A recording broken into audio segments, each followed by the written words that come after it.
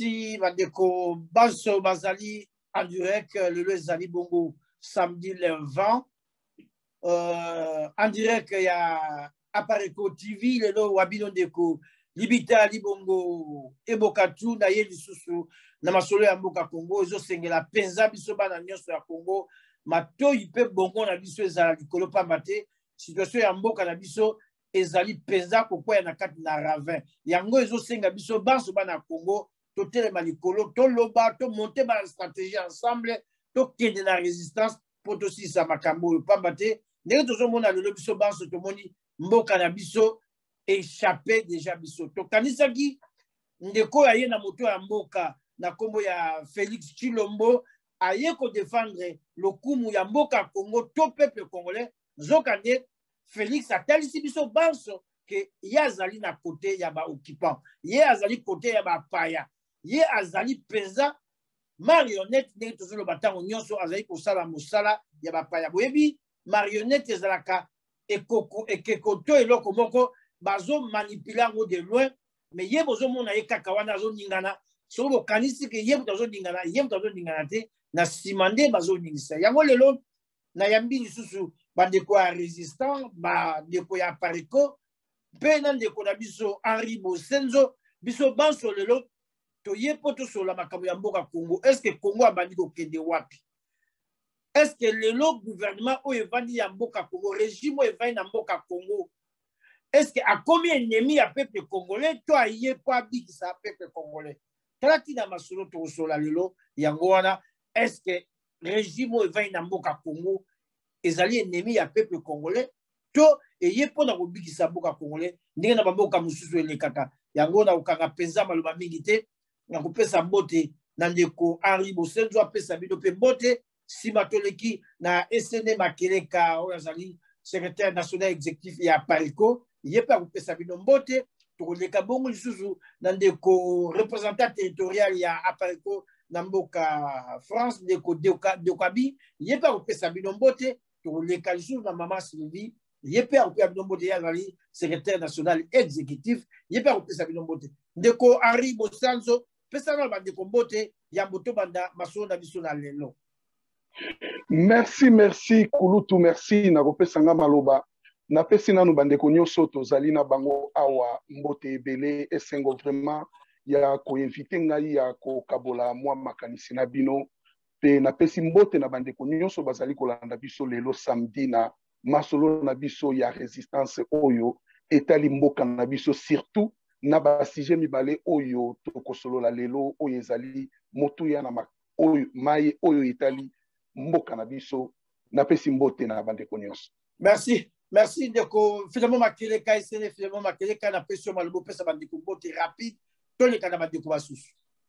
Merci mingi papa Libita mbote mingi na yo mbote na bandeko nyonso oyo tozali na bango na plateau pe mbote na bandeko balandi ko bozali kolanda biso na mokolo mwa lelo ya poso. Merci vraiment na masolo kitoko mpona tia na mboka pe na kobengisama oyo bengisi biso toye po ete tokoka kosola masolo ya motuya ya mboka. Donc bandeko nyonso bakongole epai bozwami na mokili mobimba mbote na bino pe bandeko na nga oyo tozali elongo na plateau losako nzambe apambola bino pe abatela pe apesa bino makasi maloba epai na yo Libita. Merci ndeko finalement Makeleka na koleka mbango epai ya représentant territorial ndeko Dokabi epai yo ozali mbote na yo pesa pe bandeko mbote mpona masolo ya lelo. Oui, monsieur Libita, mbote na yo mbote pe na baninga tozala bango na plateau awa po tosala émission yo na mokolo lelo samedi 20 février. Donc mbote na bo balanda biso en direct to balanda biso en rediffusion d'un cadre baka makamba Congo tolanda yango lundi tolanda yango mardi l'essentiel au comprendre peu oyo bako intéresser yango. Donc voilà to ali wana pona komya ko sembola na mako le kalamboka batbanda biso la bokebi. Merci mingi. Sans plus tarder dans l'équipe bango epa ya mama Sylvie azali SN secrétaire national exécutif pe apesa bino mbote bonto banda masolo nga na ye na ngolelo na kotuna mituna bo bandeko ba meko fungula mituna biso na makabutali mboka na biso Congo. Mama Sylvie malobo mboka. Merci mingi Kulutu Libita pona opesa nga maloba na pesi mbote na bandeko na ngai nyonso toza na bango na plateau ya lelo mbote na peuple congolais nyonso esika bazwami moko na moko. Makanisi na ngai ezalaka mingi na bandeko na biso ya Est ya République démocratique du Congo, bao baza na première ligne, baza ba victime ya liboso ya occupation, mais naza okanisa pe Congo mobimba. Donc napesi mbote na bandeko na ngai nyonso, babundeli nyonso, mbote na bango nyonso. Lelo toye kosola makambo mboka na biso, tokomeka mpe koexplike, kosola pe kotalisa nini ezoleka penza na mboka na biso. Nazongisi maloba epai na okulutulipita. Merci maman Sylvie, na bazi bandeko baso bozola na biso en direct lelo ezali bongo samedi ndenge na uti koloba le 20 février 2021 tozali en direct ya Apareko TV tozoya na bino mpona masolo ya mboka na biso mais nakobanda mingi mpenza lelo epai ya ndeko Henri pamba te ye azali lokola mopaya mbaya yambo nazala na ye liboso tayamba ye. Alors ndeko Henri situation ezoleka na mboka Congo ezali sous sécurité na libanda awa biso esika tozali na tata moko oyo biso tozobenga père ya résistance monsieur Laurent Banda Zamboko Atumba alobaki bana mboka Congo likama likoti faut totelema po to résister la situation ezoleka na mboka Congo po bapaya bakoteli biso. Bandeko basusu balobi te tokende situation tozala nango ezali situation politique tokende kobikisa Congo na nzela ya maponami bongo totala nyonso nsima mais nzokande lelo presque 20 ans toujours tourner en rond toujours besika toujours kende te. Alors mpasi eboti makasi na kati na mboka Congo tolingi toyeba situation au Congo ekomi nango lelo mpona yo ndeko Henri mpe gouvernement evai na mboka Congo lelo régime oyo mpona yo na makanisi na yo azali monguna ya bapeuple congolais to aye po abikisa ekolo Congo. Mais kana kotalisa biso situation tokomi nango lelo mpona yo ozobanza nini mpo ozokanisa nini mpona régime oyo ezwi esika lelo est-ce que eye mpona kobikisa peuple to eye lokola ennemi ya peuple maloba mboka oyo ndeko Henri Mosantu. Merci Kulutu Libita, merci vraiment la maloba na kokende penza na lombango po toza na bandeko ebele mpona ko monopoliser maloba te. Motuna na yo ezali motuya makasi Kulutu, ezali makasi motuya parce que soki na yo ki motuna na yo ozali na pointe mwa makambo mibale oyo ezali bitumbo tobengi la guerre pe na oyo mibale ezali mo tobengi contre peuple na biso. Gouvernement na biso congolais est-ce que ezali kosala bitumba contre peuple na biso. Bitumba tout d'abord basala kango na ba ennemi.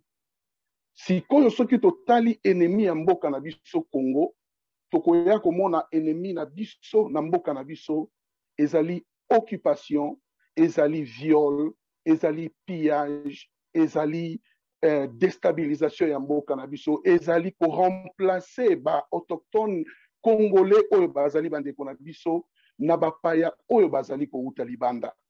Sikoyo soki tolobi tozonga na gouvernement na biso, gouvernement ya mboka nyonso asalaka bitumba pona ko protéger peuple na ye. Et soki to observer na kati ya bitumba bato oyo bazalaka na esengo ezalaka toujours bato oyo baganyaka bitumba parce que soki boganye bitumba bokozala na force bokozala na contrôle ya bato oyo bino boganye bitumba wana pe peuple nyonso aganyaka bitumba asekaka asalaka fête. Mais soki totali pa na biso na Congo toko comprendre que biso ba Congolais vie na biso ezalaka se milelo na milelo. Alors, soki nazongi na question oyo uti koto na biso, est-ce que gouvernement congolais bazali kosala guerre contre peuple na ye ou pas? Réponse ezali claire. O bato bazali kosepela na bozwi ya Congo na makambo nyonso oyo ezali bolamu ya Congo ezali kosepela na bozwi ya Congo. Et tokoya ko comprendre que le gouvernement oya biso au lieu que est protéger biso contre la guerre oyo bapa ya bazo bundisa biso, mais tokomona que gouvernement na biso azali na esengo en même temps na bapa ya pe bazali ko sepela mais peuple biso tozali na mawa. C'est là qui veut dire bitumba oyo gouvernement ezali ko sala ngo plutôt contre biso au lieu que esala bitumba wana contre banguna na biso oyo bazali kobundisa biso to pe système oyo bango batie na kati na biso pona ko déstabiliser biso malobe pai na yo kulutu. Merci ndeko Henri Bosenzo bandeko baso na basi boyoki lumière to éclaircissement oyo ya mikopesa biso pona makambo tali gouvernement to régime oyo na mboka tozali kokanisa régime oyo eye po batela ba congolais zoko nde eye ennemi ya ba congolais na basi makambo zo lekala mboka bozomona yango na okanga maloba te na koleka mbango epai ya ndeko Filemo Makileka na me motuna soki yo oza na ndenge mosusu okoki kobalola motuna oyo est-ce que régime oyo evandi lelo na Congo eye lokola ennemi ya peuple to eye po batela peuple pamba te depuis 2001 babandi makambo baponami na 2006 père ya résistance mesonore mbanda za moko atumba alobaki bapaya bakoteli biso bakendeke maponami na bapaya te me bakongole bayokaki te babi te baza bapaya te baza na mboka mais ti lelo tozali toujours corrompre ndenge bana mboka balobaka tokomi lokola na tour de Babel lokola bato babungi nzela to bato bapanzani bazali kotourne mpo na tour de Babel bato balingaki peut-être batonga eloko moko ya molai mais ntango bakomi mosika bakomi kopotana meme na makanisi na bango esima nango bakomi koluka nzela ya kopanzana alors ndeko Makeleka situation ya mboka Congo régime oyo na mboka lelo eye po ebatela biso to eye po eboma biso pamba te tozoyeba te eloko nini tokoki kosala maloba mboka yo ndeko Filemo Makeleka.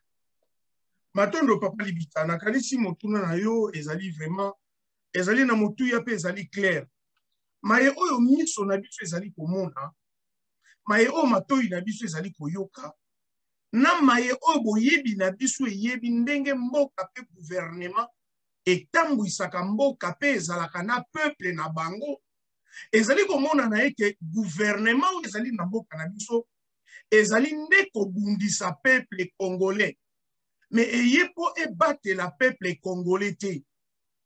Papa Libita nde toali ya biso nyonso toza na Europe okomona ete likambo moko ya moke soki ekoti na mboka bisa koma gouvernement bakozala to premier ministre to mokonzi ya mboka oyo tovandi ndenge nini akotelema na komitungisa po alakisa na peuple ete azali elongo na peuple na likama to pasi oyo ekomeli bango bandakisa ezali ebele nakopesa oyo ndakisa tomonaka Belgique awa aéroport ezalaki atake sans motivation ya gouvernement préoccupation ya gouvernement po alakisa peuple ete toza d'accord te na likambo ekomeli biso na mboka oyebi Angleterre ezalaka atake bolimbisanga je ne me rappelle plus la neme yebi na Angleterre tobenga yango 7-7 je pense ezalaki na mois de juillet je pense mais bandeko tozalaki na premier ministre na mboka oyo ezalaki Tony Blair bazalaki na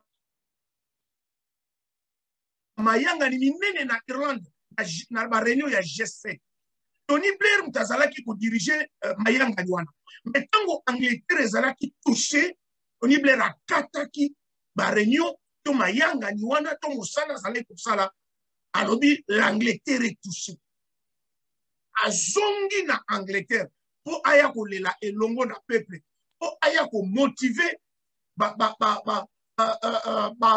disons mboka mobimba lokola ba institution na bango c'est-à-dire la police la service ete mboka ezali touché fo boluka bokanga bato wana te babonani basali mosala wana et Papa Libita dans 7 jours bato wana nyonso bakangamaki ozomona ndenge nini gouvernement abatelaka mpe abundelaka peuple po gouvernement ezali tata na kati na ndako Papa Libita tata nini akozala na esengo avant azomela masanga na chaise longue me monguna moko akoti na lopango na mbeli azotambola na bana na ye tata wana avandi kimia soki azomela soki azozwa mopepe na kito tobengaka chaise longue alali na ye me monguna aza na mbeli to monduki na kati ya ndako na ye avandi kimia Et si ma yatango moke botala tata ngo pe atelemi ayambi moto wana oyo azosala misala wana na ndako na ye abengi ete oyo azali moninga na nga mpenza ya motema. Alors bana bakoloba ni mpona tata wana yo ozalaka tata na biso te, yo ozali kobundisa biso, yo oza contre biso. C'est exactement Papa Libita ce qui se passe chez nous, Papa Libita. Nani ayebi te musala oyo ba Rwandais basali pe bazali ko continuer ko sala na ba Ugandais na kati mboka na biso. Ba organisation nyonso ya minene oyo ya mokili, ba mboka nyonso ya minene esi etangi Rwanda na misala o Rwanda zo sala na Uganda. Papa Libita miso na biso emoni ete na kati na mboka na biso Congo na Kisangani armée rwandaise na armée ougandaise babundi ande babetani masasi pona kowela polo ande kona biso ba congolais bakufi basimetere ezali. Mais Papa Libita bato baloba kete bato yo nzembo bazali koyemba il faut tozongisa bango na Rwanda mpo bayebi misala Rwanda azali kosala pe azali kokontinue. Papa Libita lobi moko yo azali ko supposer azala ata na kati na ndako na biso atelemi po yebisa biso ete Kagame azali partenaire na ye fiable. Papa Libita presa makambo yo faut ba komela biso ngona na tableau na créé pour peuple congolais pour comprendre. Tata oyo azali kozala supposer azala tata na biso atelemi à se déplacer à Keiti na Rwanda. Donc de kokutana na Kagame. Papa Libita ce koyebi ndenge ni bazali kotiola pe koseka biso. Papa Libita président Mobutu tozonga moke na histoire azwaki mboka ya kokabwana ya kopanzana na ba sécession. Mais tant a vu pouvoir na 1965 après 2 ans na 1967 donc au côté 66-67 au moins batu ba monde keta au moins Zaire maintenant ezui Kimia au moins batu ba comment ko jouir Kimia et puis to komi ko kola tozala ki fier nga na za mo Congo mais na za leso na ke Kasai perio za ke mo poto sala kino banzela wana sa toza na Kasai toza l'aise toza na Bandundu toza l'aise. Donc ça n'a pas Congo zo coupe nan de kumsusa solo belo Congo mais faye biso kinga na sa Kasai. Alors Papa Libita est-ce que miso na biso zo monde Papa Libita vous expliquer comment après 2 ans il y a pouvoir soi-disant il y a ba conduite au gouvernement za na mboka ya ndeko Félix Tshilombo. Papa Libita Congolais zo zanga maya ezati opitu ezati c'est vrai. Papa Libita je crois vraiment que pour maman et moi à la réhabiliter ils ont 5 milliards de dollars ils ont 2 milliards ils ont 10 millions pour maman et moi à la réhabiliter maman et moi alors nous sommes mis sur nabiso zo mona oyo miso na biso zo mona to lo ba ete gouvernement eye ko batela bana mboka ena biloko na bango ala makambo ezali koleka na est. Donc il y a un exemple récent. Papa Libita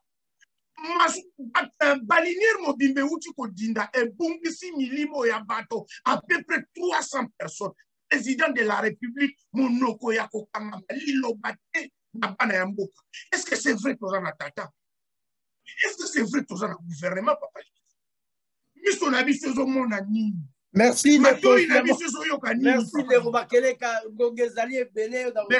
Papa Libita bolimbisi bandeko bolimbisa soki na débordé bandeko basusu bazali kozwa nyonso yo moko te. Merci Papa Libita bolimbisa bana mboka Congo tokende mbangu epai ya mama Sylvie po yazali mwasi topesa epe baloba mama régime eye na mboka lelo pona yo eye kobundisa biso nto ekobatela biso na tableau nyonso papa Makeleka uti kofungola ya biso sikoyo soki oza na mwa mibale bisato yo mpe ya kobenda ome kotalisa biso régime eye na mboka lelo eye kobikisa peuple to eye kobundisa peuple na makambo oyo nyonso tozomona mais kana kotalisa biso bandeko mpe bazolanda yo mpo oza mama omeka ko loba po ba yoka loba ya maman parce que ba ko maman lobi ya nzambe adingi ce que le femme veut Dieu le veut mais quand on va maman c'est vie ya solo kulutu libita bande ko balobi ebele hein papa ari auto le kalobi papa makele kapa lobi banda kisese ebele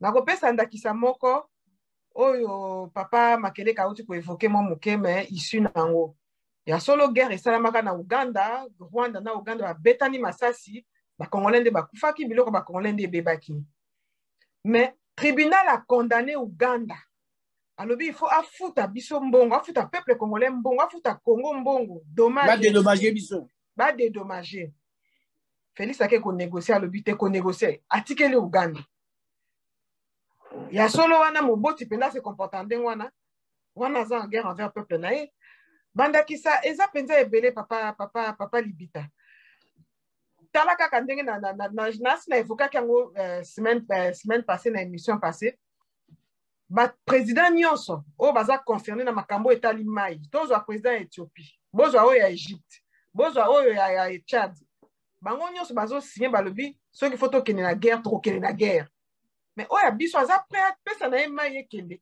sécheresse ekota nango epa na biso ye ezolobela ye eloko te bozwa ndakisa ambassadeur oyo ya Rwanda tango azalaki koya tango balingaki baaffecte epa na biso autaka Afrique du Sud Afrique ebenganaka ye mpona nini mobomi munene demi apesali rapport esaleli Félix rapport bi oyo wana efo koboya epo ye abomaka na ye kaka bandeko bayebi soki moto wana so akoti na ndako nao eza po aboma bana nao yo okotise quand même na ndako boyebisa ngai bandakisa wana nyonso ezotalisa ke gouvernement eza kobundisa nde peuple congolais peuple a telemi alobi bosignele biso document mpona koannule commune ya Minembwe bayokaka peuple te au contraire il faut baboma na Congo bafausse commune eza na mosusu kutu baotodécouvrir kota mausolée ya Etienne Tshisekedi banda 2 ans et demi yango tokende 3 ans Félix akoti bomona yaki kose recueillir kuna mais ye mbangu na Rwanda kose recueillir devant mikuwa oyo Kagame aexposaka mpona koattirer pitié na bato. Là-bas, il peut aller s'incliner. Mais pas na biso, na makolonaï, wale sika le kanaka. À s'incliner, à tout nakate. Donc tout ça, ça prouve que non, ce gouvernement est en guerre envers le peuple. Baza, ça, le peuple guerre. Non seulement tous a occupé, mais au bas, baza censé que jouer un rôle, il y a politicien, il y a président. Baza, ça, baza, ça biso. Donc le peuple congolais se retrouve seul, en train de se battre, en train de chercher issue à sortir. Voilà un peu pour nous confirmer peut-être que Batouane est en guerre par rapport au peuple congolais, papa Libita. Merci, maman Nakiso, maman Sylvie. Régime est en guerre, na pepe, tokolembate, pour sensibiliser Bandeko Nabiso. Baye Batina, il y a un régime qui va en Mboka Congo, que l'occupation nulle part dans Mokili, Babengana Kango, na l'élection, tout dans le dialogue. Donc, il n'y a représentant territorial ya Pareko na mboka France de Dokabi même na même sens l'idée da bandeko na makambo tali régime e ko vendre na biso na mboka est-ce que ko bikisa biso to e ko boma biso tala situation de zozo le kalelo maman na biso apesi même ndakisa na makambo ya mai ba konzi ya Tchad balobi de gré ou de force biso to ya uzwa mai isa ko angali bitana lobi Dokabi na ndako na yo lingo ligate na yo kamata mwasi na yo na koya kozwa mwana na yo olingo lingate na koya kozwa ye des guerres de force alors yo etant que tata ozali sanso batela ndako pe mama pe bana silence radio na manso yo ya toujours tout na motuna est ce régime eye na mboka tokanisa ki Félix azana biso lokola tozalaki na libanda tobundaki monoko moko soka akei lokola mwana mboka malgré azwaki bokonzi oyo na ndenge biso baso toyebi mokili mobimba yebi ke Félix azalaki nommé to bon azalata wana loko aza nommé azamona mboka bo patriotisme ko lata ye lobby akosala musala 2 ans to badi kota 3 ans mais comportement pe ba geste ya Félix ezo la biso même na carte na mboka basu ba ko benga kanamba zonga mais kana kotalisa biso lecture da yeza nini likolo na régime eva ni kolamboka soma mboka yo ndeko Dokabi. Merci mingi baba Libita kopesanga maloba. Omoni na kopesa dia no peut-être na phase bi parler hein. Et donc on bosso na kolobeza nini. Mboka balobi na mboka pouvoir babila le poto, le pouvoir émane du peuple. qu'il exerce directement par la voie des urnes ou indirectement par ses représentants. C'est-à-dire que bon continent moka peuple ndi azako simba yango. C'est que peuple ya Congo malgré les autour bawana par tricherie mais Félix a commis la moto ya mboka. Peuple andimi quand même alors lui likambute ate ça par tricherie mais ko za mwana mboka zala quand même wana.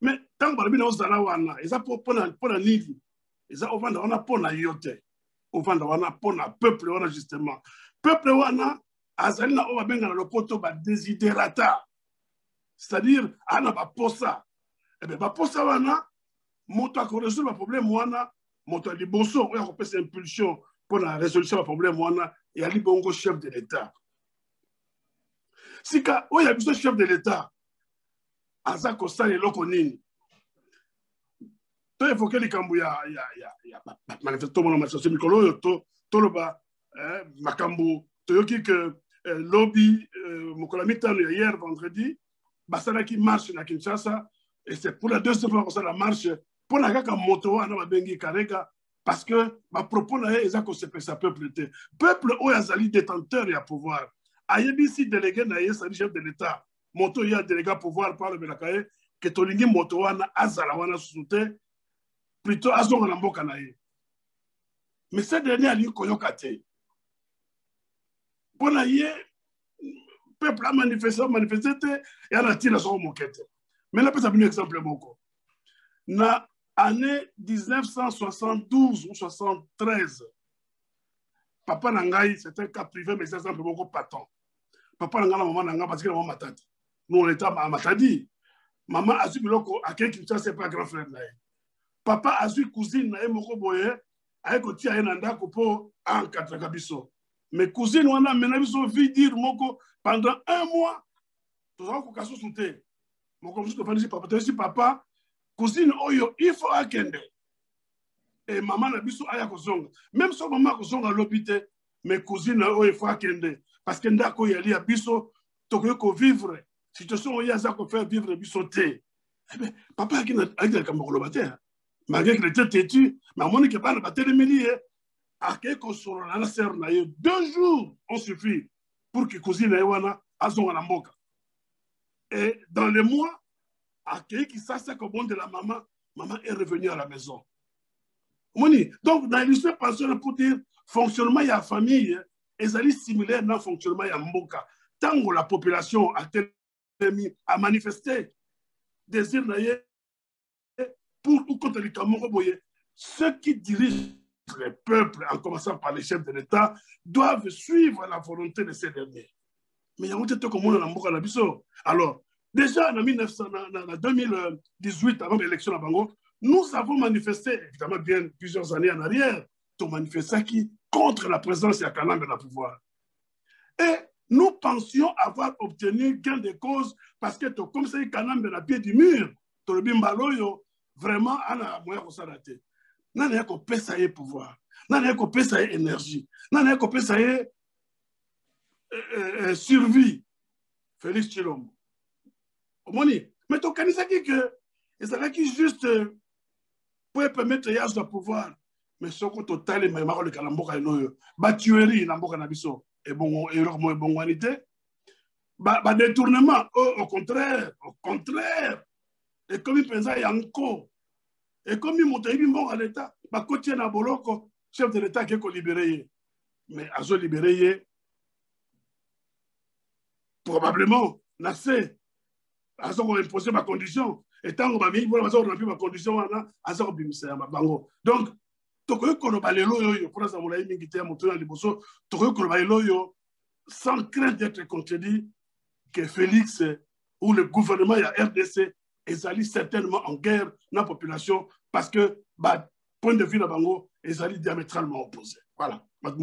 Et merci Ndeko Dokabdi Mbiano Kitoko na ozo mbango pa Ndekwari na mekasuko tuna motuna na situation zoleka na mboka na biso Congo lelo balobaki na biso Ndekwari bosenzo bakena union sacrée pour basi ça passe ya peuple congolais lelo ba ministre premier ministre est-ce que ba ministre lelo premier ministre est-ce que pour na yo situation à Congo problème ya Congo ezali premier ministre, est-ce que misère ya congolais ezali premier ministre, moto ko résoudre le problème na biso na mboka ezali premier ministre, est-ce que l'insécurité zo régner na mboka ozali ko banza te premier ministre aye pona kosisa makampasi ya congolais mpe mutuna na ngai union sacrée balobaki Félix Abete Tolo ye moto akomi lelo mokonzi mais tozomona bato yango oyo bazozwa baposte clé bazouta be na FCC eloko nini ezali aza toujours marionnette ndenge tozoloba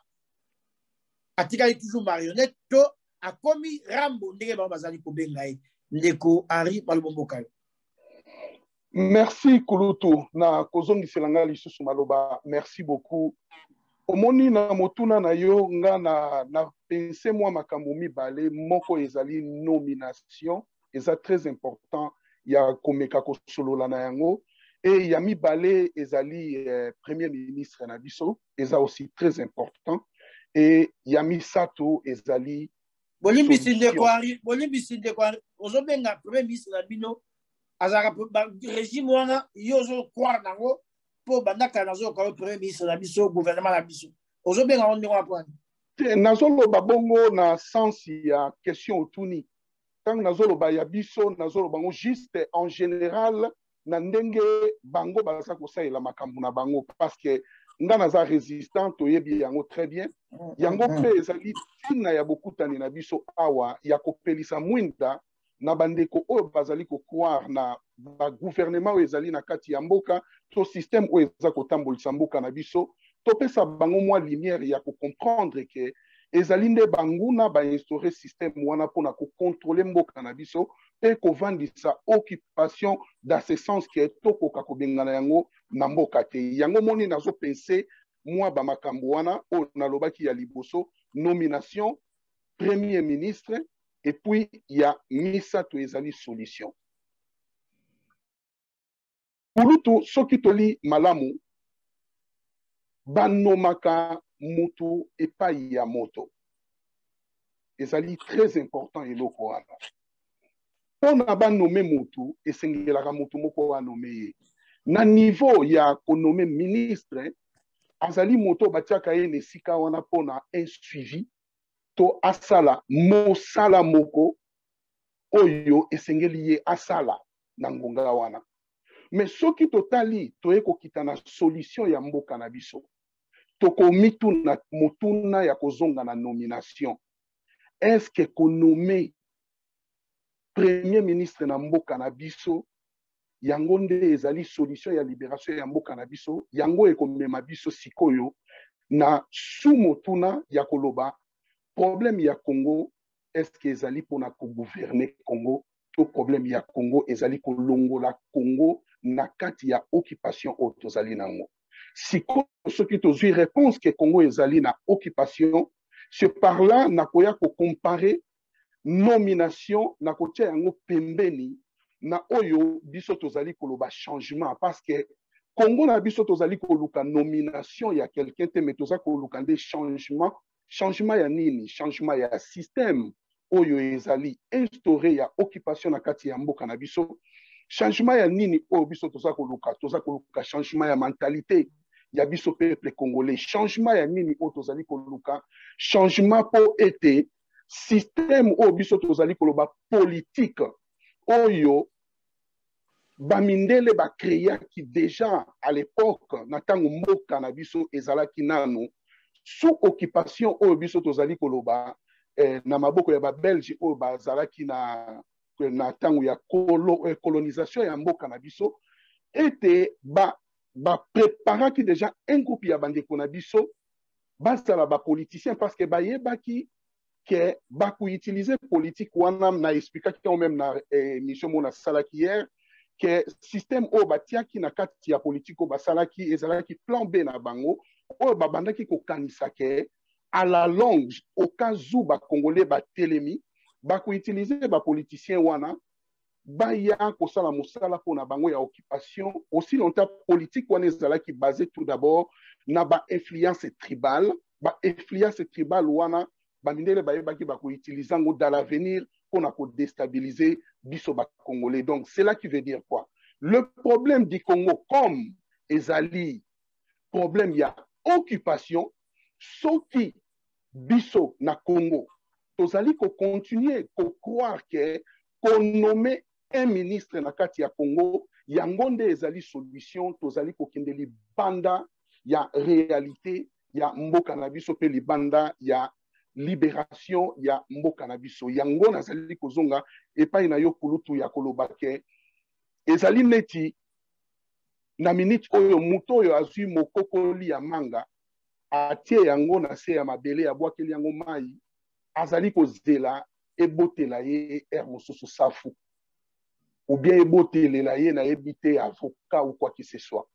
Et ezali lokola pe moto bautaki kolongola wana balongoli na bango Kagame bazweli bino Museveni batie wana. Donc nga nazomona eloko moko te koki ko changer ya sika pona oyo etali mboka na biso. Plutôt biso nde esengeli na biso ya kosolola pe koyebisa bandeko na biso ya kotala ba expérience nyonso ba passé par rapport ya ba proposition politique oyo bandeko na biso bapesaki bango ya kotalisa bango ke bokei première fois bakosi bino ba mirir bino lisusu na espoir pour la deuxième fois bokei lisusu et simbite baza ko continuer ko mirir bino. Il est temps maintenant ya koloba ke direction politique to chango pembeni to kende na oyo papa na biso Honoré Ngwanda ate ya ki biso déjà depuis longtemps ya koloba ke seul nzela otokoki ko libérer mboka ezali nzela ya soulèvement populaire parce que ezali droit citoyen maloba omboka waya.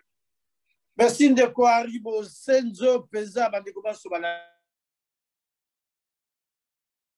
oyebi kotalisa ba Congolais bayeba te makambo oyo touti kokutana nango lelo zambana ya mote bazokosa biso bazowumba biso eza lokola peuple congolais aloni tomate bongo azozela manga danger yango wana. Donc ozosala likambo moko bongo ozali kosatendre na réponse mosusu. Donc bana mboka Congo tokeba na nzela oyo tozolanda lelo eza message tozopesa bino nyonso surtout bandeko baza na mboka Kinshasa bazo croire que Congo est un problème politique. Zoka Congo est un problème politique. Congo est un problème il y a occupation. Il faut tout dégager ce système. Alors depuis mokili zala mokili système elongwaka na soulèvement populaire, na révolution, na résistance bongo peuple à téléma. C'est-à-dire il faut tout se soulever. Totel ma potobisa école. Dans le kambango pas yandi confinement makeleka. Le confinement makeleka situation ya mboka Congo lelo ba clochardiser peuple. Ba komisi peuple na biso zoba. Ba tracasserie policière kolobate. Ndeko ute kolobana kisasa mai na balabala ko pesa pasi na commune lokola Matonge comme Kalamu biso yebadi. Bato ba komi ko bima na ba terrasse. Bazozwa mai na kati ya ba terrasse, c'est-à-dire il faut ça na tio et konta na se ya terrasse basali bolongo bazoluka mai ya komela mais okuta bato na libanda bazoloba faci béton eloko ni ezoleka na moto ya peuple congolais. Est-ce que mateya totei bango ekoki to ekoki na te? Alors il faut tosala nini sikoyo de confinement makeleka na manso peuple azomonda na biso manso toloba lelo presque 20 ans yango yo peuple na biso atikali kaka lokola goigoy eloko nini etikali tosala lelo de confinement makeleka. Merci Papa Libita Bolimbi Sipo pambate nazalaki kofongola micro. Matondo mingi Papa Libita na motuna na yo na kanisi ndengo uti koloba. Peuple a uti komona azamona nyonso e biso pe kolobi mingi pe tozali ko continuer koloba. E biso pe kolemba te Papa Libita pambate cause na biso eza juste. Tellement cause eza noble eza juste Papa Libita tokotika koloba te. Et loko mo na yebi Papa Libita Ikambounio se zalaka ni bandi ezalaka pe na sou. Donc, ce que bandi les zalaki Papa Libita sou kapé ekozala.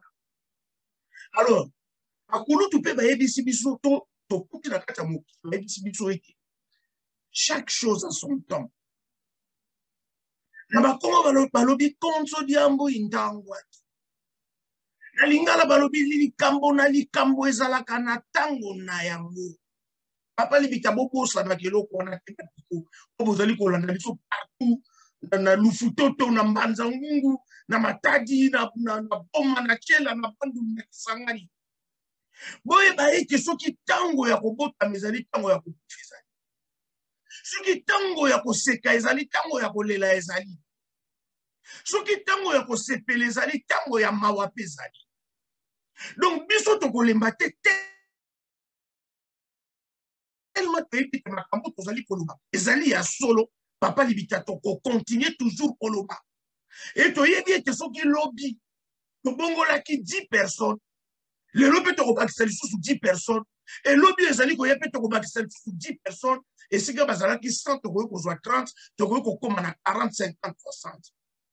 Et lobby na mona tango nzamba bongisa. Soki biso tozalaka na calendrier et na programme on a tina na vina biso na bomo ina biso. Nenge tozali biso baso na kati na plateau ka Papa Libita. Moko na biso azali na programme oyo azali na yango pona lobby. Soki biso batu tozali na programme pour ça na nzambe azalaka na programme. Surtout pona mboka na Congo.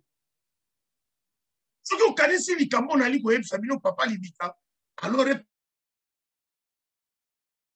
ça bino sanga pe bandeko balandini so makasi toyeba kaka ete lokola toza na bosolo okoyi koleba te soulèvement populaire et tout ça lema peuple bakembele bazali koyeba te tant kozali koloba peuple bazali kokanisa kaka peuple civil oyo bazali komona na balabala to bilengo bango bamonaka ntango mosusu mais Papa Libita rai polo ezali na mampinga na force armée zaïroise congolaise na FRDC Papa Libita bazolo belokuti ezokufela na bango na kati na motema pasi oyo mapinga bakomi nango bakomi lokola bazoba basakadelaka bango na barwande o bazali s'infiltre na kati na armée Papa Libita pasi wana ya biso bacivile tozoleka po tolobaka yango boye ezali kosoulage biso ntango tozali koloba me mapinga bazoleka te po baloba alors mokolo mapinga bakoloba alors ekozala danger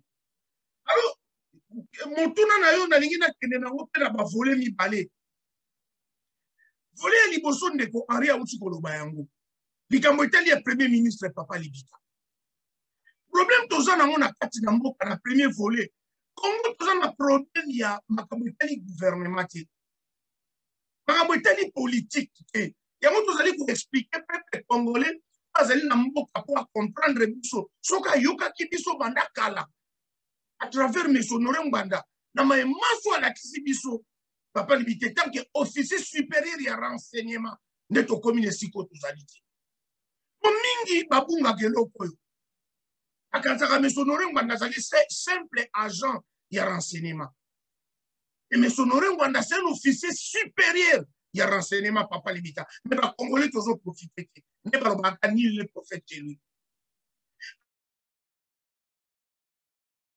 alakisi biso ete mboka na biso ezali na bokono ya occupation alors tant que tokobengana bapaya toyeba ete tokokoka kobongisa eloko te sur tous les plans économique social politique Papa Libita tokos'en sortir te pamba te baoccupant baza na contrôle nyonso donc ata bochanger premier ministre Papa Libita eza toza na problème ya premier ministre te baoccupant baza na loboko likolo ya premier ministre wana donc akosala absolument rien akoya na solution te soki président de la République azopesa solution te et bon premier ministre nde akoya kopesa solution je ne pense pas et l'autre côté mais na kei na deuxième volet Papa Libita pamba te biso tozali bano tozali na kati ya école ya misonore Mbanda école ya misonore Mbanda totalelaka kaka makambo likolo ya mesa te mais tokoma na ezaleli ya kofuye na se ya mesa emoneli ya nongi na emoneli ya yo moto normal ekozalaka ndenge moko te nongi soki bokutana moto apesi bino bonjour yo moto normal oleki okika bonjour mais nongi soki olobi ne bonjour abandi oluka oyo apesinga bonjour nani bato baza ebele pourta apesika kaka bonjour abandi komituna ebele ala biso bana ya misonore Mbanda ndenge tozali Papa Libita na mboka na biso bande kota na kati na occupation soki omoni banome mutu na baposte moko clé banda kofuye vi ya mutu wana mpona nini ye okomona ete situation nyonso eza contrôlée par Kigali okoya kodécouvrir mwana wana soki mama te soki tata te okoka komona ete azali na bafinité na bafinité na Rwanda na Uganda oko découvrir ou mama tuti ou tata tuti oko découvrir eloko ndenge wana mwana ba ena premier ministre auti na aza cadre na Jekami cadre monene Jekami nezali makambo kita ya mboka déjà Jekami. Voilà.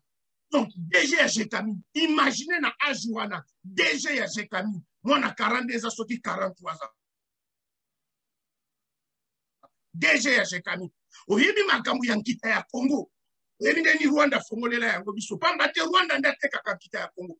Alors, moi, na ana déjà Jekami. Est-ce que c'est simple congolais? Qui ont déjà Jekami. Natango économie ya Congo, nkita ya Congo contrôlé paya bapaya. On est besoin de tokomi ko fouiller. Tokomi ko luka total. Ceux qui vont moni motomo ka fi nomination. Bota marionnette mususu tato na oyoki Makila, je pense Makila.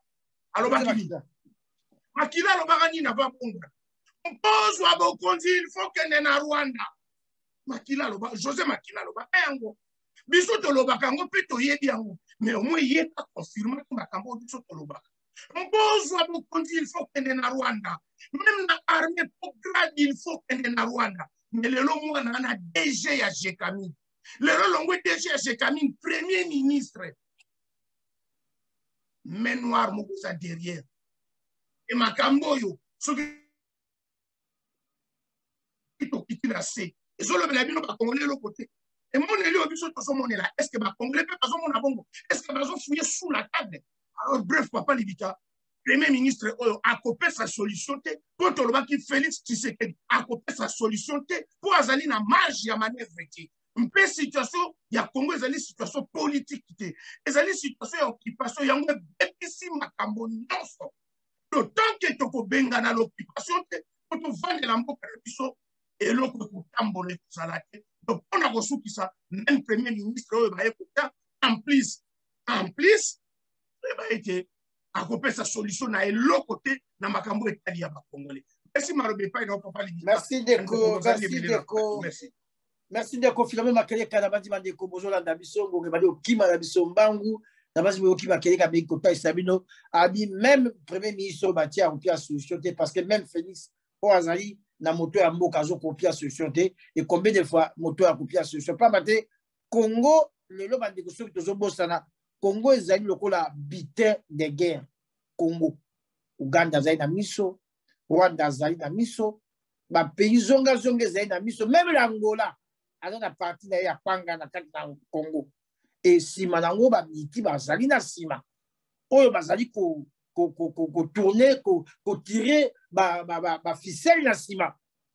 Bango bazali ko lia Congo. Alors, bana Congo boy ba ketang bango ba kabola, ba ozwa ba parti ya minene et qu'on tika la moi juste maigre parti yango ba ko balancer dans peuple alors et ko kabisote on passe aux alaka ko continuer bon ah mais toujours premier ministre sika ndeni makambo ezo chandi parce que pour la bango Congo ezali ya bango nyonso Congo za su ya bisote bango bazo kabola Congo oyoki ne makeka bi côté minéré Kagame atia missionné polele na ba ipodi kanambe na bato na bango bazo kenge na Congo. Donc ce que moni makambo tambo alio na makambo ya Congo ndeko nanga yebati situation ya Congo ezali situation ya occupation.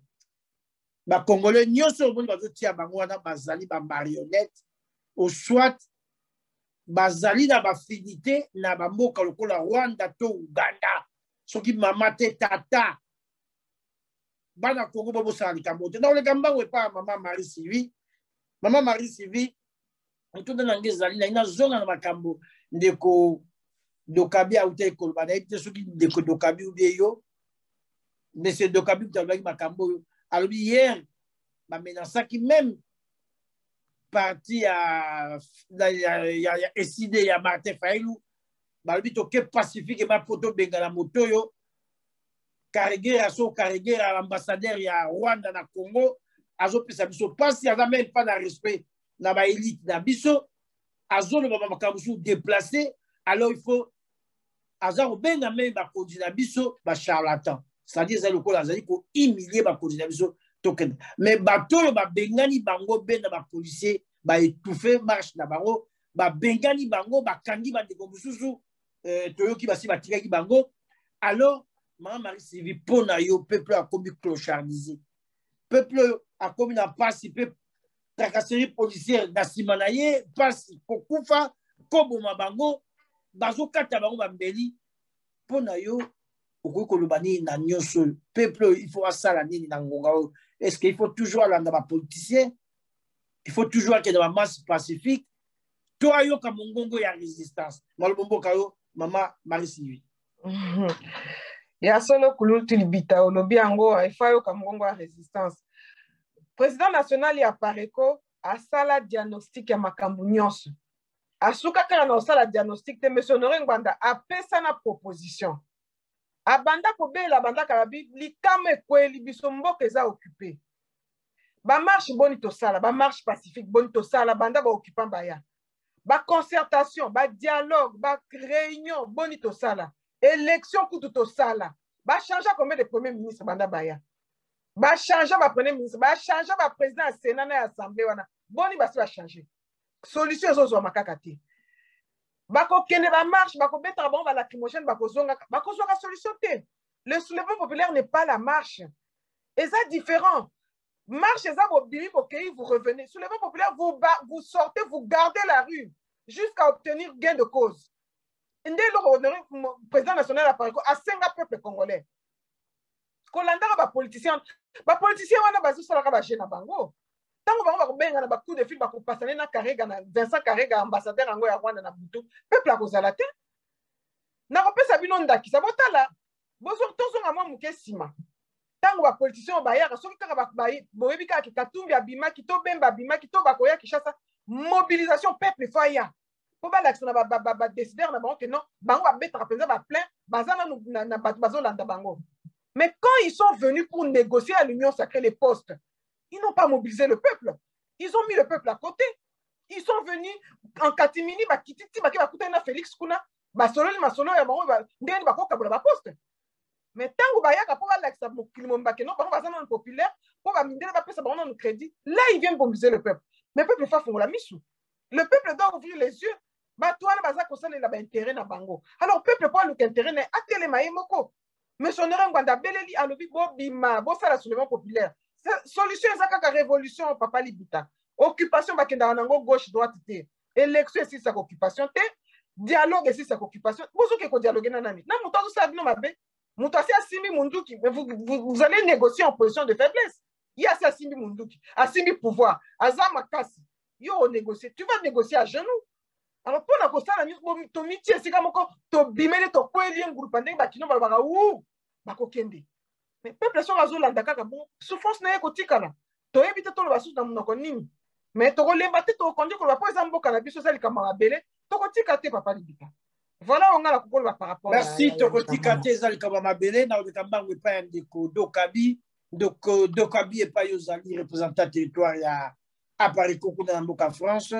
Peuple clochardisé, peuple et pas une zala et pas une passi, parce que comme mamango, na moi une photo moko et outil na batie dans les réseaux sociaux ya maman moko na est ya mboka na biso ba kati lokola nyama na zamba ba kati bandeko zo pesa passi pe mao mais Kinshasa silence radio moto akolbate mokonzi azalite mboka ezangi mokonzi noyoka bandeko biso zo beton biso zo sa musala beton to sa musala ndeko makele kalobaki masuwa moko balinière moko ezili na mai à peu près 300 Congolais babungisi bomoi mais justement na 300 Congolais wana ba repêché kaka au moins 60 ndenge na yokaki Congo ata drapeau na Berne te na ebité za mboka bato eza ya banyama considération ya peuple ezali souté ni les autres kalamboka na biso ndeko Dokabi soki poza na makambo koloba na peuple wana yo koloba nini na situation peuple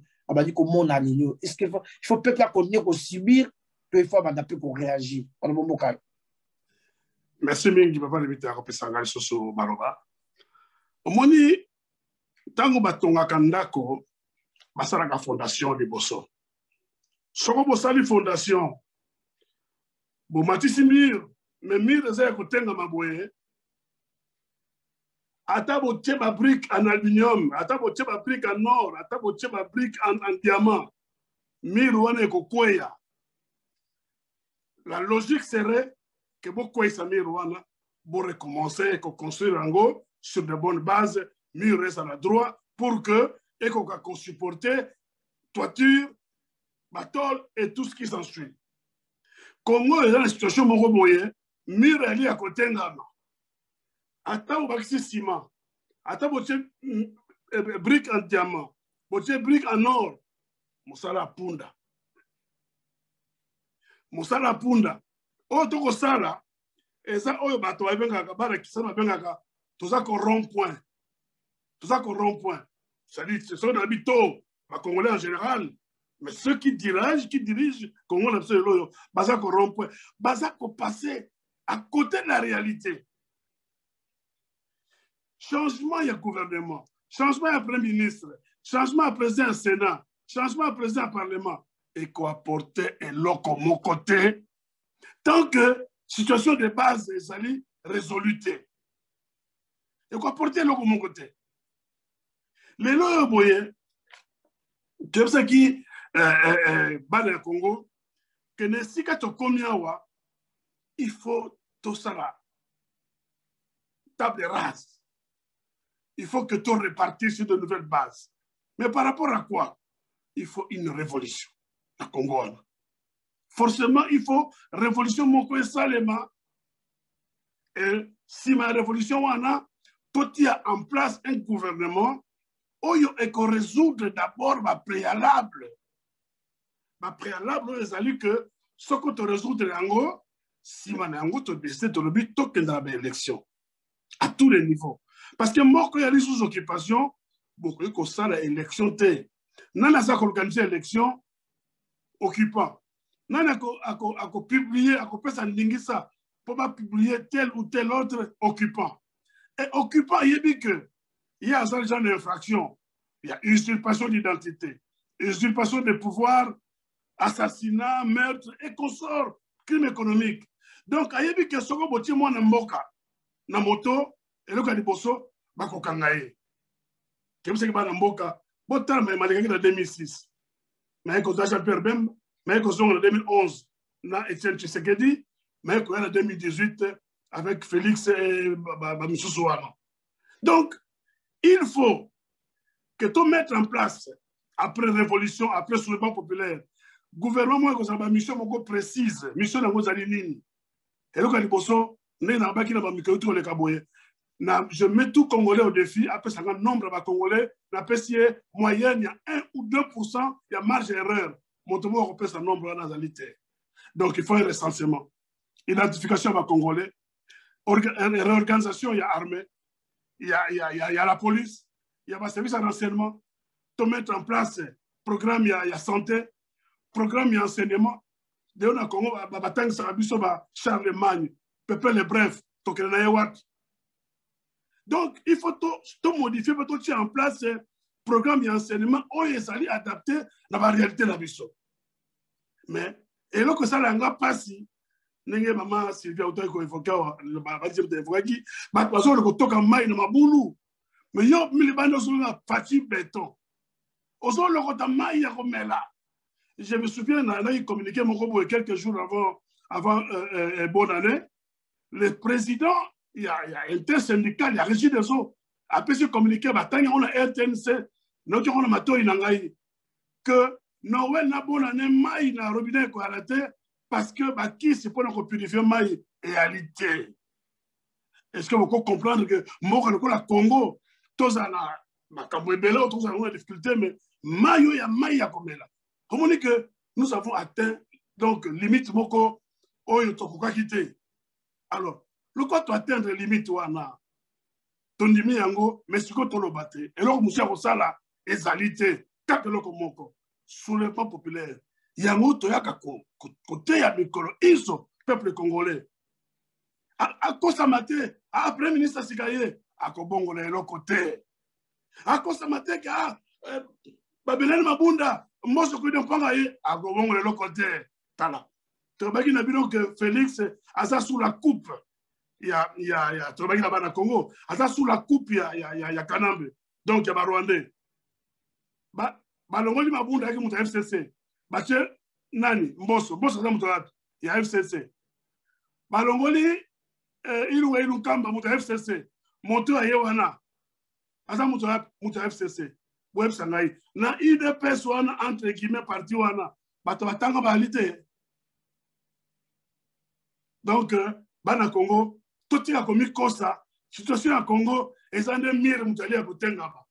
Tobuka mire wana to bandela élévation ya mire na mabe na fondation poto sala sûr que mbalo so totensi mire wana ko telema pe ko umela. Donc eloko musia ko sala ezalite biso banso na balabala to bengana bato ba ko dirige mboka wana parce que toko ko tia moto pembeni te ni Félix ni ba FCC bango banso baza ko mériter sort moko. D'ailleurs bazo soki sawana Félix yemo ka lobaki na biso banso ba tutobia ko yoka e alobi bango UDPS na PPRD c'est-à-dire FCC baza na philosophie moko bongo so baza na philosophie moko toko zirani pas né toko zirani il faut to boire ka libanda. Voilà, on a gros bango. Merci, photo Wakaye banda bande kobanso bala biso pe bazola na biso nanzela ya Apareco TV le lo lisusu moko na poso na ba twandi vers okweya na suka ndeko Aribo Senzo pesa biso 2 minutes na yo appel ni okosa na pepe na manso ezai koleka oyo bazomona bongo président de l'équipe makele kapé mama Sylvie pe de kabi poto si ces émissions na biso ndeko Aribo Senzo pesa sala appel na peuple congolais na ngonga oyo na tableau nyoso total ici pour la situation ya mboka Congo yo ko lo bani lelo na peuple congolais oyo bazana libanda mpe na kati na mboka oyo bazana libanda mpe na kati na mboka to sala nini mpo na situation malobo mboka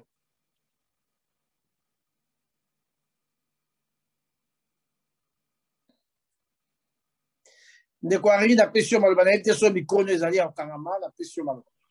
Merci Kulutu. Bolimbisi miko ezalaki ya kokanga. Merci ya kopesa ngai maloba na bandi na se présentaki na kombo na ngai ndeko Aribo Senzo mais nazali résistant o nazali kobunda na bitumba na biso na groupe na biso ya résistance LPKS parce que na lobaki yango te ezalaki très important na mekako loba likambo wana na zongi na eloko oyo uti koloba Kulutu. Félix alobaki na biso likambo moko na mikolo uti koleka alobi ke c'est vrai tozali na occupation na mboka toza koloba ba américain tozali koloba ba occidentaux toza koloba ba tutu baza ko occuper biso na mboka c'est vrai mais biso moko nde tozali problème parce que biso nde mutu tozali ko fongola porte pona banguna oyo bazo utalibanda bakota na mboka na biso. Sikoyo motuna onga naza kotuna Félix tout d'abord maintenant. Est-ce que porte oyo ye asalaki autopsie ya ko comprendre que biso tozo fongola ba porte? Est-ce que akangi porte wana? Parce que porte wana koki ko kanga makaka na moyen moko ya ko stopper occupation na kati ya mboka na biso. Message on naza kolinga ko passer na peuple congolais azali kolanda biso na ngonga oyo. Bandeko nyonso oyo bazali kaka kovana na ndaku kokanisa mosala oyo esengeli kaka biso ba résistant tosala yango pona libération ya Congo. Ngai nalingi na yebisa bango boye. Résistance ezali droit citoyen ya tous les citoyens. Ezali même obligation citoyen. Citoyen nyonso azali na obligation ya ko résister soki bazali ko botola ye ba droit na ye soki mboka na ye ekomi occupé par les étrangers. Et l'occupation ezalaka kaka étrangère te. Occupation ekoki kozala pe na kati ya bandeko na bino moko bazali ko botola ba droit na bino na kati ya mboka na bino. Na ba constitution na bango baza nango na mboka na biso ya occupation ya ba impérialiste na article 64 je pense au 64 eza na deux articles entre 64 na 65 bazo parler sur yango que peuple a sengeli ko telema pona ko revendiquer ba droit na yesoki azali komona respect ya ba droit na été topé bazali ko botola ye ba droit et à part wana soki tokei na ba loi internationale tokoya komona même na charte ya ONU même na nini moko oyo na tangaki awa pona ba droit international ezali na chapitre moko ifona tala yango lisusu bazali koloba que la résistance ezali obligatoire na peuple oyo bazali ko menacer liberté na ye ba droit na ye na kati ya mboka na ye. Alors pona biso tolongwa na esika oyo tozali ezali kosenga na biso ba congolais nyonso congolais oyo ayebi ki azali congolais na esika oyo azali atika ngai Henri Bosenzo te na bundela ye na ndambo na ye ya Congo parce que soki Congo na biso wana ezalaki nango mboka mo mutu na mutu azalaki na ndambo na ye tolingaki tosala bambela o toza kosala te toza kosala bambela o parce que tozali kopartager bien wana biso nyonso ensemble et obligation wana ya kobundisa baoccupant oyo bazwi biso vi na biso bakangi yango batie yango en otage ezali bitumba oyo eza kosenga biso nyonso tosala yango et peuple congolais je pense que cette fois-ci moto moko te akoyokela biso lisusu mawa parce que tozwi déjà expérience ya komikosa ya komitika na souffrance oyo ezali ko continuer et je vois même mal eloko na lingaki na loba pona ndeko Martin Fayulu il faut stopper yena bato na ye komema peuple na biso na nzela oyo bazali komema biso. Je pense que génération oyo mbula oyo batu oyo tozali kobunda lelo bakoki kozoba biso lisusu te ndenge bazobaki bandeko na biso na 1960 bakoki kozoba biso lisusu te parce que je n'arrive pas à comprendre jusqu'à aujourd'hui mutu lokola Martin Fayulu na ba jeunes surtout les jeunes congolais oyo bazali ko prétendre koloba ke bazali ba résistants sur le terrain bayebi que le Congo est occupé mais bazali ko kende toujours na ba ordre moko démocratique ya kobima na balabala koloba ke toke kosala sitting devant ambassade ya Rwanda. Est-ce que bokomi kotia na mutu na bino que la démocratie existe au Congo? Bokomi kotia na mitu na bino ke mboka na biso Congo wana problème na biso ezali nde il faut ça la sitting pour masolo oyo ezali pour ça la déstabiliser biso ici là. Je pense que cette démarche il faut que bandeko na biso na mboka ba stopper yango ou soit nous sommes des résistants tozali kobunda pona ko libérer mboka ou soit tozali batu oyo tozali ko contribuer na malheur ya peuple mais to tika ko sala hypocrisie d'un côté ozali koloba je suis résistant d'un côté ozali ko engager mboka na biso na politique pe ko engager mboka na biso na nzela oyo ya kolakisa batu ke la démocratie existe au Congo. Je pense que tout le monde merci vraiment na basi to bandi ko kimanga mpungo ngazali leur c'est leur avant leur c'est pas leur et après leur ce n'est plus leur na ke nambango pa ya ko filemo makeni ka 2 minutes appel na yo na peuple congolais ya libanda na kati na tableau nyoso to kotalisa owe ko lubanini pona kati na bitumbo balomboka matondo papa libita nakanisi ezalaki esengo mingi po ete tokwa kosolola na bandeko ndenge tokutani awa na plateau biso banso mpona bandeko na biso surtout oyo bazali na mboka mosala oyo tozali kosala monene nango ezali mingi na mboka diaspora mingi basi bayoki biso mpe bakate message me misala ya minene etikali kuna na mboka pepe congolais oyo bozali na diaspora mpe bozali na mboka oyo bozali kolanda ngai nalingi kaka boyeba likambo moko esengeli tomiyeba biso bacongolais tozali bandani mpe mboka na biso ezali nini mpe ezali na nini batata mpe bamama boyeba ete mboka na biso ezali grande puissance ya lobi ya lelo te me ya lobi lelo tozali ya kofukama me lobi tokozala ya kotelema mpe tokotambusa mabota pamba te sur le plan technologique to sur le plan ya baminere na kokende kuna te biso nyonso oyo toza na diaspora mpe oyo boza na Congo boyebi mboka na biso ezali pays stratégique mondial atata mpe bamama e soki tokei na l'Afrique nayebi sarabino tango nyo souhaité Franck Fanon alobaki ete l'Afrique a la forme d'un revolver dont la gâchette se trouve aux Zaïre. Atata pe ba mama boko tsananati. Mboka oto vandi soki lelo mati botalaka kaka komata na bango te. Soki ba développer botalaka kaka développement na bango te. Mais bozongaka pe sima botalaka pasi na bango. Bautaki pe na souffrance mais bazwaki conscience. Alors biso peuple congolais o bozali kolandanga esengeli na biso tozwa conscience pamba te mayo tozali na yango mokili mobimba ezali kolinga biso te. Mokili mobimba ezali komona ete tokoki na yango te. Alors biso foto la tsana mokili ete nzambe moto apesaki biso yango azali zoba te ezali biloko na biso ezali mboka na biso tokoki na yango esengeli na biso tozwa conscience wana po lobi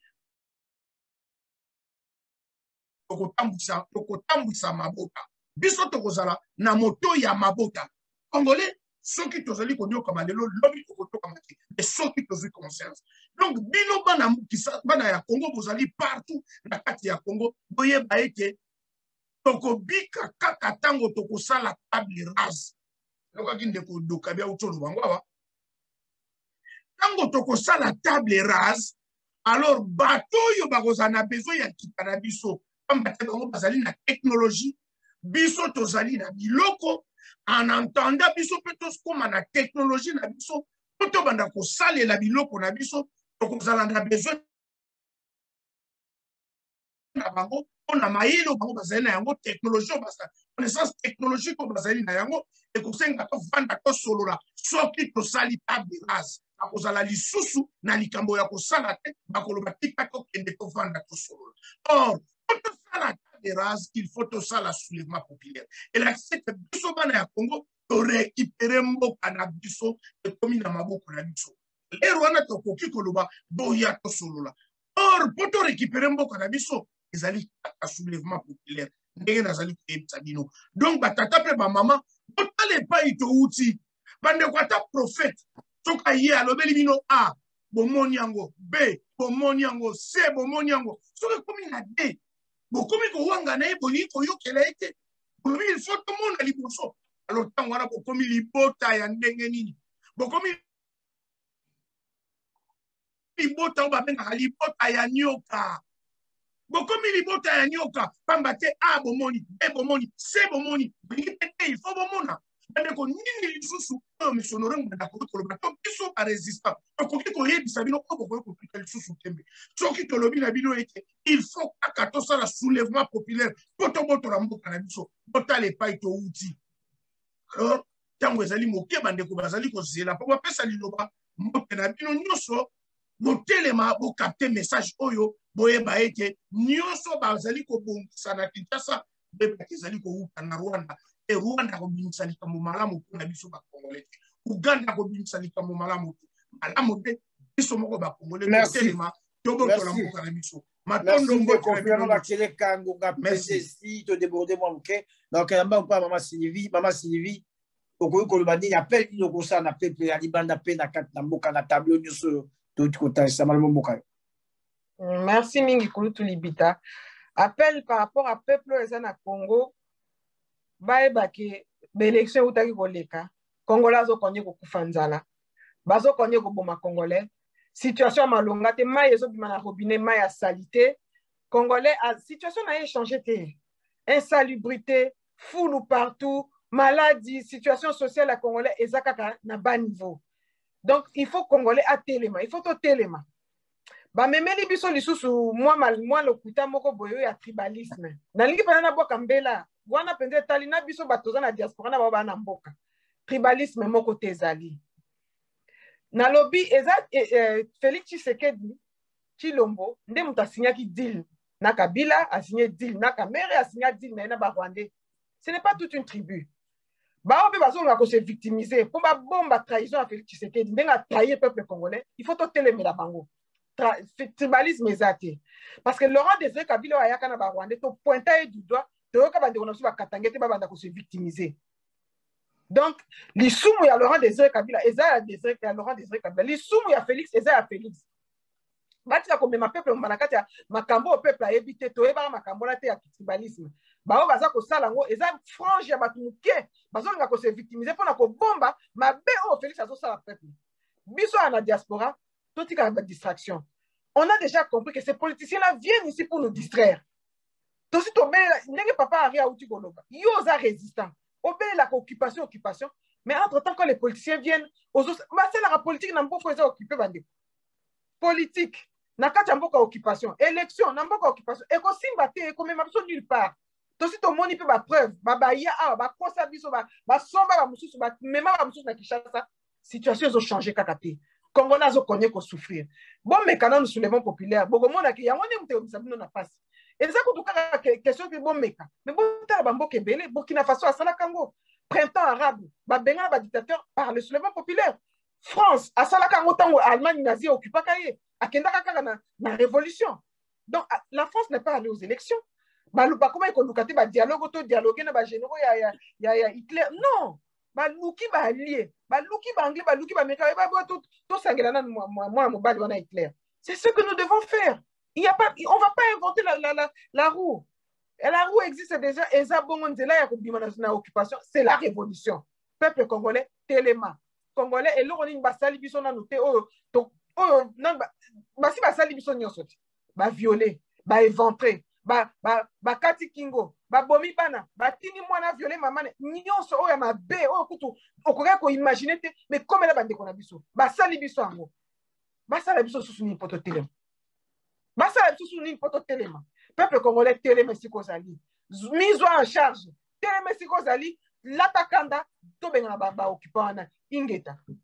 Merci mingi balamboka Congo et pas bozali bo l'attaquanda wa les messages ya Maman Sylvie, président Zali SNE, secrétaire national exécutif na mouvement ya Parico, balamboka Congo na bandi président ici ba baso Zali, to ba temboka ya biso za maboko ya bapaya. Donc ya ba pa de Kabi et pas pesa biso rapide 1 minute ou 2 minutes pour to clôturer mission la mission ya lelo na tableau nyoso to koloba ndeko Kabi représentant territorial balamboka.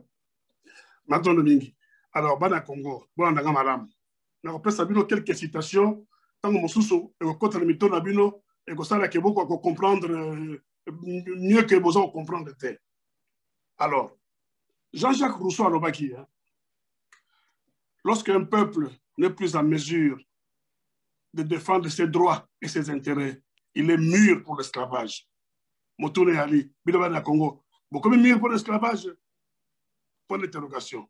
Le même Jean-Jacques Rousseau alobi, si je ne m'abuse, je hais le peuple qui respecte leurs bourreaux.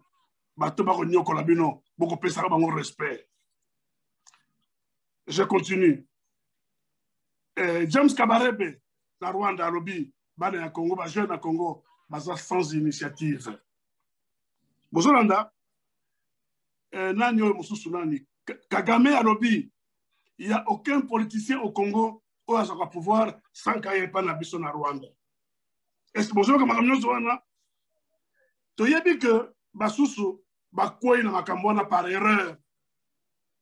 Bakoué na occupation par tromperie parce que du peu bango, m'a fait miroiter bango. Donc c'est une erreur. Mais monsieur Honoré a corrigé à lobby. En politique, l'erreur ne compte pas. Ce qui compte, c'est la leçon que l'on tire de l'erreur. Et pour la suite, qui s'est rabino, n'a qu'à évoquer Patrice Emery Lumumba, à Robaki. Si vous ne vous battez pas, vous n'obtiendrez rien, ni aujourd'hui, ni demain, et ni jamais.